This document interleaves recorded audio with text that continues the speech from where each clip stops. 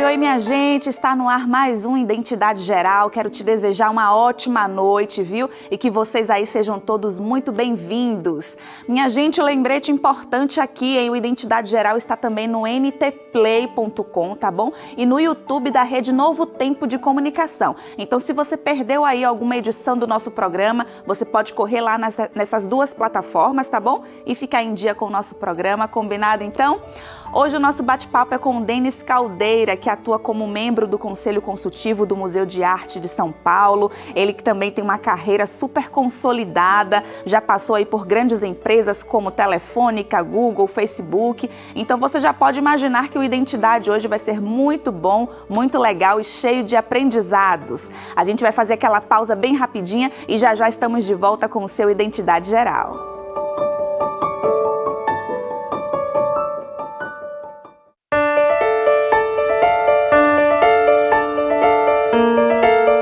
Identidade Geral está de volta para valer agora, hein? Olha só, ele é daqui de São Paulo, nasceu na zona leste da capital, no bairro de São Miguel Paulista. Numa entrevista à Folha de São Paulo, ele disse a seguinte frase, que me chamou inclusive muita atenção, viu? Tive várias portas fechadas, cheguei a pedir demissão 3 vezes de uma única empresa para ter o meu trabalho reconhecido. Por aí dá para perceber que a jornada desse homem não foi nada fácil até aqui. Às duras penas, ele conseguiu fazer um mestrado na França, cursos na Universidade da Pensilvânia, nos Estados Unidos, e também na Universidade de São Paulo, a USP. Para um homem negro da periferia, isso é incomum. A conversa de hoje é sobre jornada, sobre carreira, obstáculos, é sobre conquistas e sobre sorrisos, né? Sim, não pode deixar de ser. Muito bom, muito obrigado pelo convite, Luiz. Eu que super agradeço, boa noite, agradeço demais, porque eu sei que sua agenda é apertada, teve que ajustar aí muitos compromissos, exatamente, né, Denis? Mas estamos aqui. Ai, que gostoso. Denis, o seu currículo é incomum, a gente comentou aqui, né? Que você conseguiu se destacar aí, fazer um mestrado fora, outros cursos também. Por que você acha que isso aconteceu? É meritocracia? Você acredita nisso? Começamos bem, né? Meritocracia. Eu costumo falar sobre meritocracia, mas respondendo resposta curta. Ela existe até a página 2. E o que eu quero dizer com isso, né? Dentro das nossas conquistas, da minha trajetória como exemplo, existem fatores internos, sou eu que sou responsável, existem fatores externos, que é a maioria deles, né? E eu sou muito grato aos fatores externos que me ajudaram a chegar onde eu cheguei, né? E o primeiro ponto que eu coloco aqui seria a família, né? Uma base familiar, uma base estruturada, né? Eu tive dificuldades, sou daquela população também que teve que pagar seus estudos, trabalhar desde cedo para pagar faculdade e tal. Mas o meu privilégio, e eu costumo dizer que é um privilégio, foi ter uma família que fala, você vai estudar. Um privilégio em que também o dinheiro que eu ganhava trabalhando era reinvestido em mim. Então eu não precisava manter a casa. E quando eu falo de privilégios, não é que a minha vida foi super fácil, mas eu tenho que reconhecer aquilo que funcionou e que aquilo que me fez bem, que me trouxe até aqui. Isso é uma questão de gratidão. Então a gente tem diversos níveis, nenhuma vida é igual à outra. Então a gente tem diversos níveis aí de, vamos dizer assim, de facilidades. Pouco tempo atrás, eu falei, nossa, eu não tive um berço. Literalmente, berço. Eu não tive, quando bebê, eu não tive um lugar só meu para dormir. Eu dormia entre os meus pais. A edícula da casa da minha avó, no fundo da casa da minha avó, onde a gente vivia, nos meus primórdios, era de um banheirinho, um quarto e uma cozinha. Não tinha sala e no quarto não cabia um berço. E você estava resgatando essa memória recentemente? Recentemente, porque a gente entende até às vezes que é natural, porque a gente viveu isso, a gente passou por isso e fala, mas não é comum, isso não é algo comum. Então, eu tive dificuldades. Agora, passei por elas, né? Passei por elas. Então, eu entendo assim que o caminho, e é um caminho, é uma jornada, não existe um ponto A a B sem passar por um caminho. Então a gente tem que pensar nessa trajetória que a gente depende muito do fator externo. Então, falar de meritocracia, meritocracia para mim só existe quando todos começam do mesmo patamar. Se eu colocar as pessoas, né, se colocarmos as pessoas num ponto inicial de equalização, de equidade. Niveladas, né? Exato, niveladas, com as mesmas oportunidades iniciais, dali para frente a gente fala de meritocracia.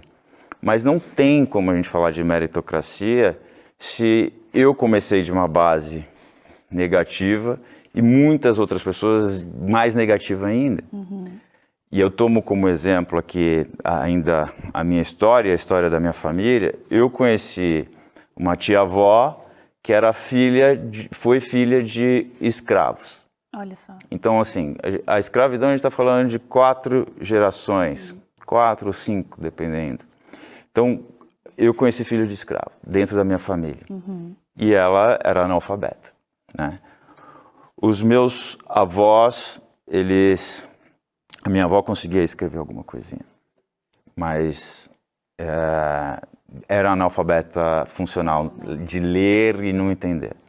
Os meus pais cursaram e foram até o colégio. Meu pai iniciou a faculdade, fez 1 ano, trancou porque precisava dar atenção para a família. E eu fiz a faculdade, fiz o master na França e pós-graduações, e os meus filhos estudam em escola bilíngue, né? Então, não dá para um filho de escravo já ter uma escola bilíngue. Existem degraus, né? Ainda assim, eu considero, e eu passei a considerar, até porque eu vi de uma mentoranda minha, uma mulher negra também, e ela disse: Denis, você pulou 5 gerações. Sim. Né? Porque eu vejo ainda os meus amigos da periferia, que é um ou outro que sobressai. Você acaba sendo a exceção. Eu sou exceção. Eu sou exceção. E é importante também para mim eu levar essa palavra para as pessoas, porque muitas pessoas estão em situações como eu estive, ou ainda pior, e vendo que deu certo, é um motor, é um combustível para essas pessoas seguirem também. E é por isso que eu segui muito na lida de ajudar as pessoas, de mentorar. Mas aí, pegando o seu gancho, vai dar certo para todo mundo? Depende do que é dar certo, né? Mas eu digo dar certo nesse sentido, de você ter qualidade de vida, de você não reproduzir aquele comportamento da sua tia-avó, de você hoje conseguir interpretar um texto e proporcionar educação bilíngue para os seus filhos. Eu digo nesse sentido, sabe? Eu acho difícil dar certo para todo mundo. Eu acho difícil porque, novamente, os fatores externos, né, exógenos, que influenciam a vida de uma pessoa são diferentes para cada um. Isso é um. E os fatores internos, endógenos, aquilo que nos motiva, aí que eu digo que é meritocracia, aquilo que você faz por merecer, também é diferente para cada um. Eu tive amigos que tiveram mais oportunidades do que eu, mas não aproveitaram como eu aproveitei. Sim. Não é? E isso depende de cada um. E isso difere de pessoa para pessoa. Né? E por diversos motivos. Né? Qual é a sua chama interna, aquilo que te move, aquilo que te leva para frente. E tem muita gente que às vezes fica se perguntando, né, em casa, poxa, por que desse teor, né, da nossa conversa?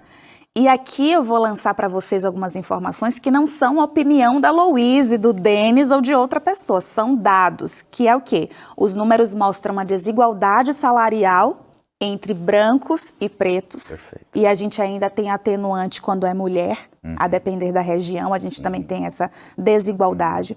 A gente viu que no período da pandemia, as pessoas pretas e das periferias foram as mais acometidas em situação muito mais grave e acho que mais morreram. Então a gente tem aí um cenário de desigualdade comprovado por estudos comprometidos e de credibilidade. Então por isso que a gente pergunta, e aí, é mérito?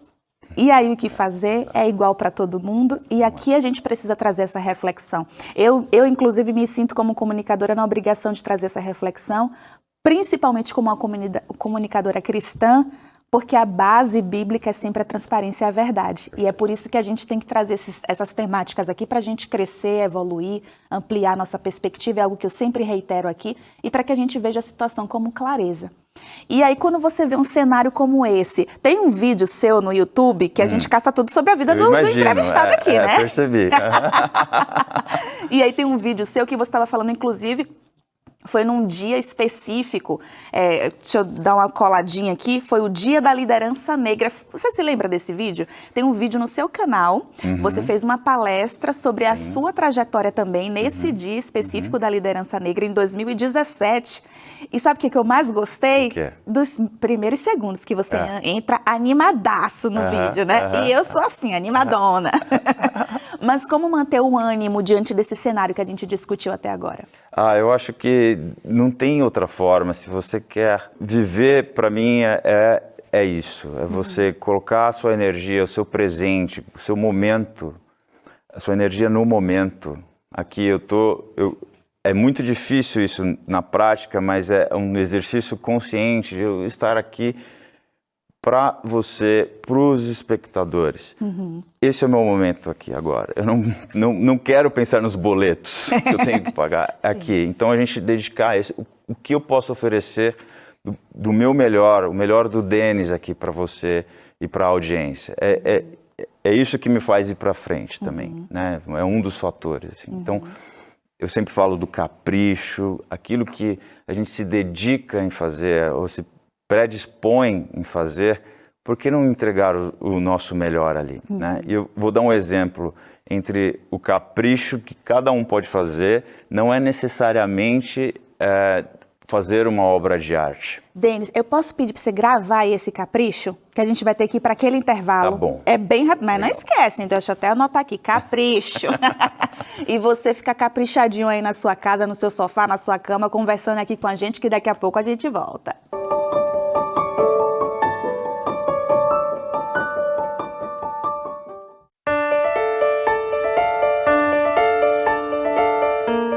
Estamos de volta, bate-papo caprichado aqui, né, Denis?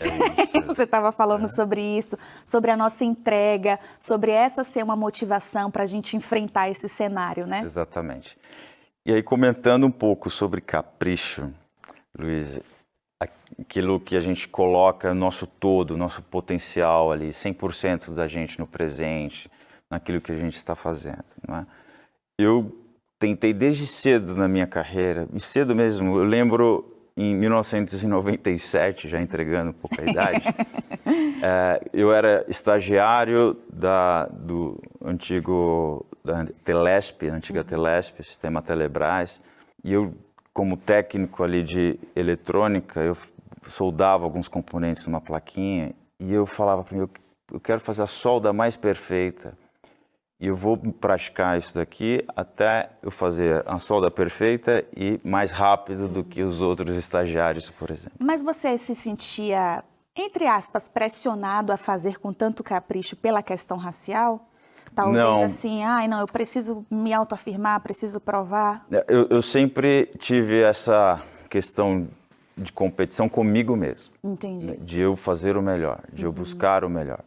A questão racial, ela é extremamente importante e eu vou explicar como ela afetou a minha vida, inclusive. Eu cresci numa família, os meus pais me deram muito amor, a mim e ao meu irmão. Meu pai falou, somos pretos. E já explicou isso desde cedo, né? E as dificuldades que a gente enfrentaria.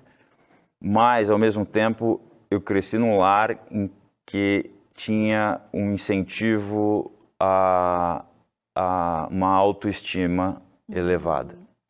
Então, meu pai sempre falava, você vai ser diretor de empresa, você pode ser rico, você pode. Isso é empoderamento. E o que, infelizmente, nem todo mundo recebe dentro de casa. E isso faz total diferença. Total diferença. Por isso que eu decidi ser mentor de pessoas que precisam desse impulsionamento, desse empoderamento. Porque eu consigo dizer para as pessoas o potencial que elas têm, e todo mundo tem o potencial de execução, de criar, de materializar coisas que as pessoas não imaginam. Não imaginam. Então, eu cresci dentro de casa recebendo isso e isso me formou.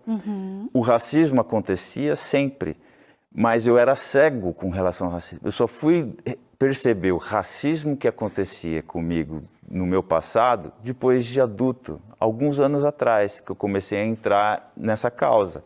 Falei, nossa, aquilo que acontecia era racismo. Nossa, aquilo que eu vi era racismo. E aí eu passei a perceber que eu era blindado, eu me blindei por conta de uma autoestima elevada, que qualquer racismo, preconceito que eu sofresse, isso não me tocava. Isso eu seguia adiante. Tem os dois lados. O bom é que você está blindado e isso não vai te afetar. E não me afetava emocionalmente. O lado ruim é porque você não conseguia, eu não me posicionava.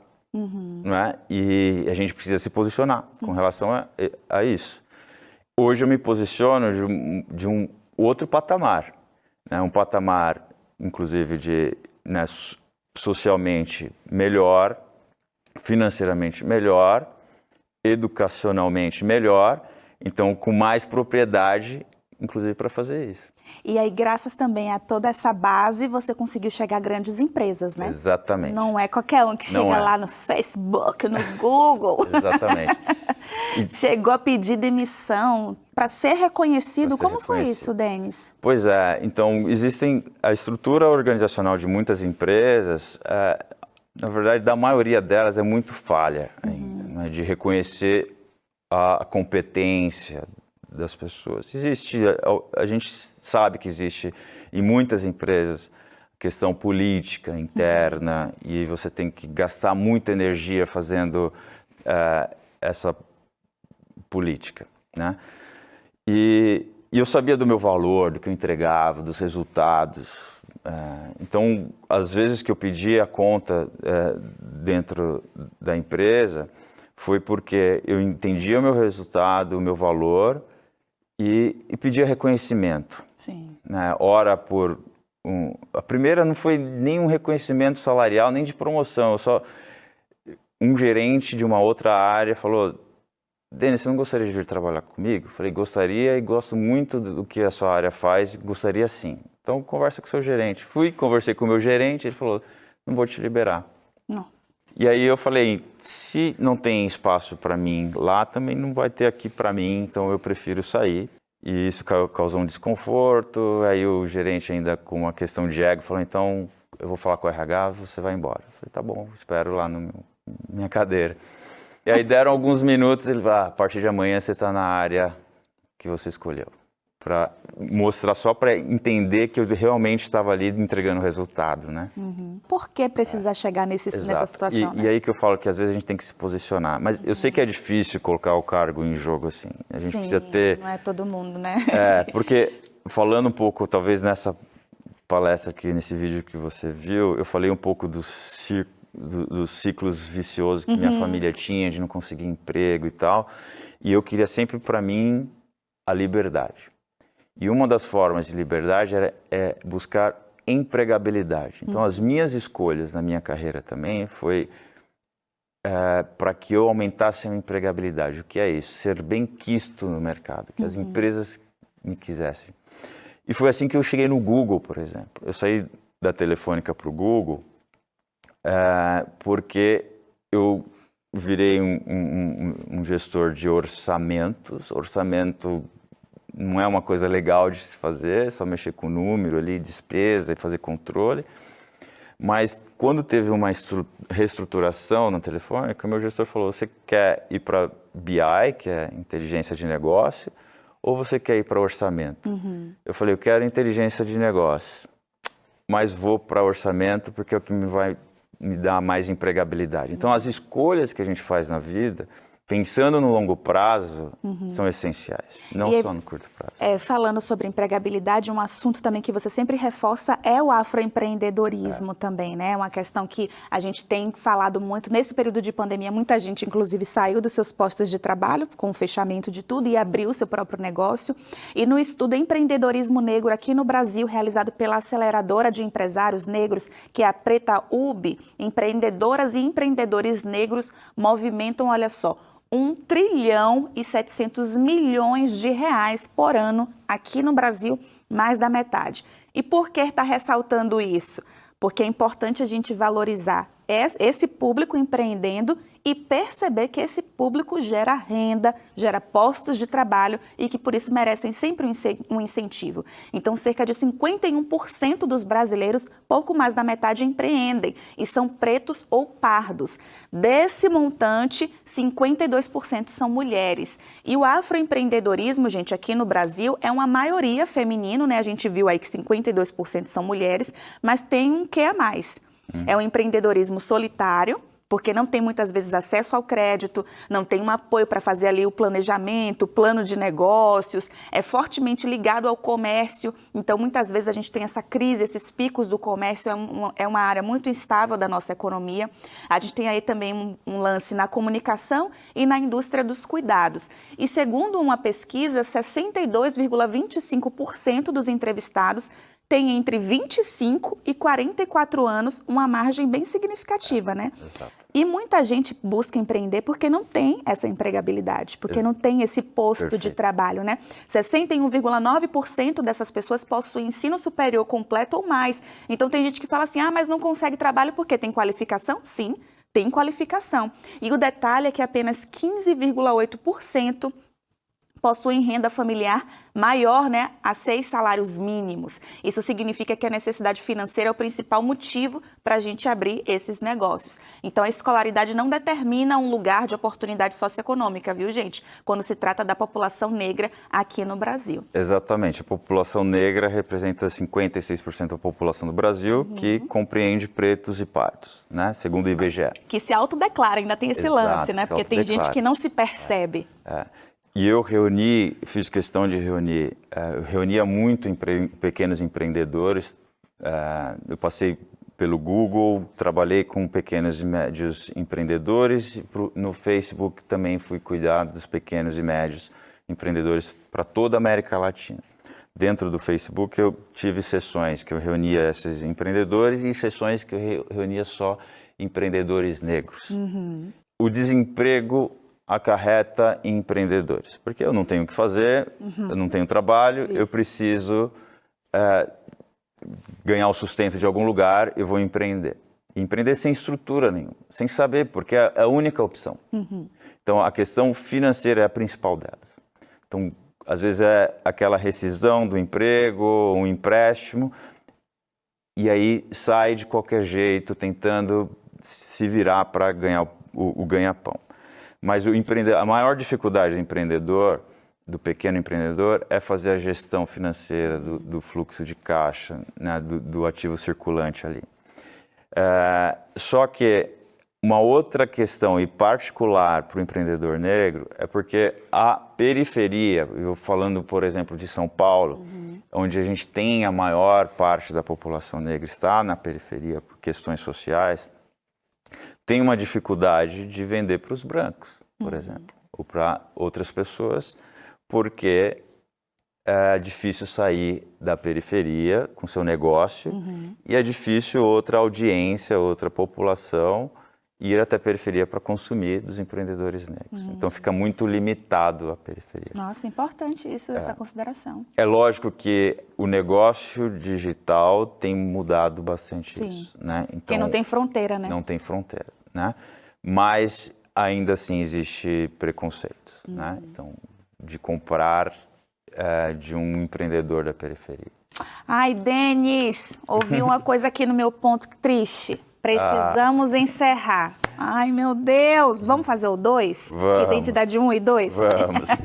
Claro, será um prazer. Mas olha, que reflexão bacana, viu? Obrigado. Que bate-papo gostoso. Esse que a gente consegue dialogar, filosofar. Eu gosto muito disso. Eu também. Passou muito rápido. E eu super te agradeço mais uma vez, viu? Sei que você teve que ajustar aí sua agenda e te agradeço demais. Para mim foi um grande privilégio ter você aqui com a gente. Legal, obrigado. E você que estava aí acompanhando, eu espero que você tenha aprendido grandes lições importantes, lições que vão fazer com que a gente tenha uma sociedade mais inclusiva e uma sociedade melhor. Aquele cheiro que você já sabe e até a próxima, minha gente. Tchau, tchau.